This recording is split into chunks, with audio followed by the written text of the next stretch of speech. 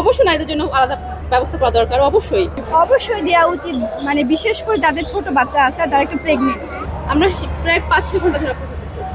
তো সরকারের উচিত আমার মনে হয় যে ওই বখাটে যে পোলাপানগুলো আছে, মানে যে ছোট ছোট বা একটু বড় বড়, ওইগুলো ছেলেপেলে যেন না থাকে আশেপাশে।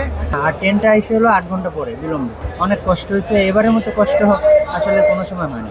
এর কারণ তো যেই অ্যাক্সিডেন্টটা হচ্ছে সেটাই। ট্রেনে যাত্রা ভ্রমণ করা কিরকম?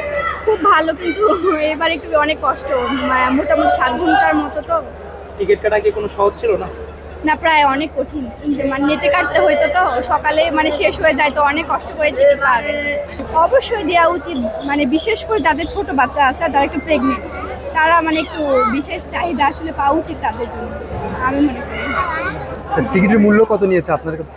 আমাদের নাটোর তো 450, মানে জনপ্রতি। ট্রেনের জার্নিংটা আসলে অনেক ভালো লাগে, কিন্তু আজকে এই ট্রেনটা আসার কথা ছিল সকাল 10টা 15-তে।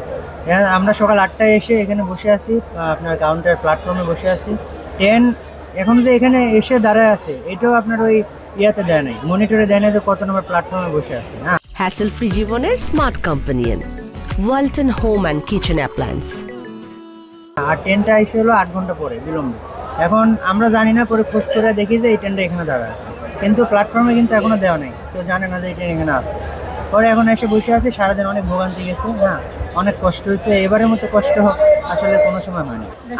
আসার সময় ছিল, মানে ট্রেন এখান থেকে ছাড়ার সময় ছিল সকাল 10টা 15। সকাল 10টা, তাহলে কতক্ষণ ধরে ওয়েট করলেন? তাহলে আপনার তো 7-8 ঘন্টা তো হবেই, 8-9 ঘন্টা, 9 ঘন্টা হবে। কর্তৃপক্ষ কোনো আপনাদেরকে হেল্প করেনি? কর্তৃপক্ষের কাছে বলছিলাম, ওইখানে আপনার কাউন্টারের ওখানে গিয়ে বলতেছে যে আপনার টাইম দেওয়া আছে, আপনার ট্রেনের সমস্যা হয়েছে, হ্যাঁ কোনখানে যেন অ্যাক্সিডেন্ট হয়েছে, তো এই জন্য ট্রেন আসতে দেরি হবে। সেক্ষেত্রে কি টিকিট কাটাও কি সহজ ছিল না কঠিন? টিকিট কাটা বরাবরই কঠিন, কারণ অনলাইনে টিকিট ছাড়ে তো 1-2 মিনিটে টিকিট কাটতে হয়। 2 মিনিটের ভিতরে যদি না প্লেস করতে পারি তাহলে আমরা কাটা যায় না। অতিরিক্ত কিনে এরকম আসলে দেখি নাই যে কেউ কিনে রাখে, এরকম পাইলে তো জানতাম। ট্রেনের জার্নিং এর আসলে অনেক জায়গায় অ্যাক্সিডেন্ট হচ্ছে, বা কিছুদিন আগে একটা অ্যাক্সিডেন্ট হয়েছে। আসলে ট্রেনে কতটুকু নিরাপদ মনে করে? ট্রেনে আমি যতটুকু মনে করি বাসের থেকে ট্রেনে অনেক নিরাপদ। আর একটি বিষয় আপনাকে বলার ছিল, সেটা হচ্ছে আপনার ট্রেনে অনেকে পাথর নিক্ষেপ করে, আপনি কি জানেন?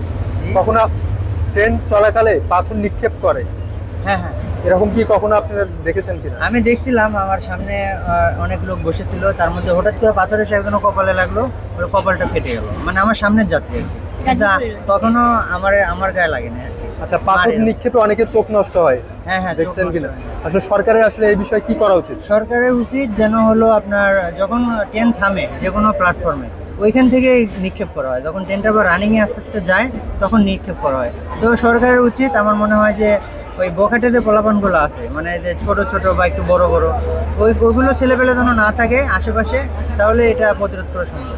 আমরা প্রায় 5-6 ঘন্টা ধরে অপেক্ষা করতেছি। এর কারণ তো যেই অ্যাক্সিডেন্টটা হচ্ছে সেটাই।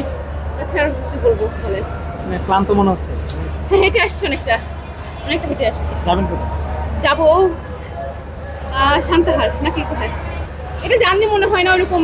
বাসে তো অনেকটা জ্যাম থাকে, এখানে জার্নিটা একটু কম হয়, তাই জার্নির ফিলটা কম হয়। রেলের তো জানালার পাশ দিয়ে অনেকে ডিল মারে, আসলে পাথর নিক্ষেপ করে, বাচ্চা নিয়ে যাচ্ছেন। হ্যাঁ, এটা তো হয়ই, কাজ তো করবে, একটু বাচ্চা নিয়ে যাচ্ছি। তো আমাদের মনে হয় সকলের সকল পর্যায় থেকে তাদের দায়িত্বশীলতা পালন করা দরকার, যেহেতু এটা আসলে অসতর্কতামূলক কাজ। এটা একটা সবারই সতর্ক হওয়া দরকার। অবশ্যই নারীদের জন্য আলাদা ব্যবস্থা করা দরকার, অবশ্যই আলাদা বগি থাকতে হবে, তাদের সিকিউরিটি আলাদা থাকতে হবে, অবশ্যই সিকিউরিটি একটা ফার্স্ট থাকতে হবে, যাতে তাদের যেটা মেইন প্রবলেম ধরেন হচ্ছে টয়লেট, এগুলো একটা পরিষ্কার পরিচ্ছন্ন থাকতে হবে, এটা সুনিশ্চিত করতে হবে আসলে। এখন আমি এরকম সমস্যার সম্মুখীন কখনো হই নাই, যার কারণে আমি বলতে পারতেছি না।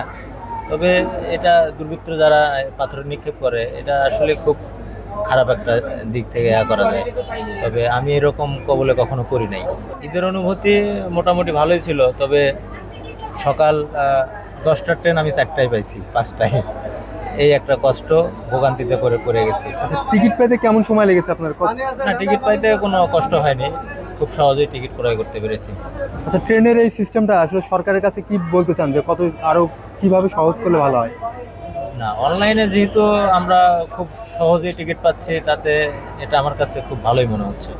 বিলম্ব সান্তাহারে একটু লাইন চূড়ান্তর কারণে কিছু বগি মানে ক্ষতিগ্রস্ত হয়েছে, যার কারণে উপযুক্ত সময়ে ট্রেনটা আমরা পাইনি কমলাপুরে, এই কারণেই আর কি লেটটা।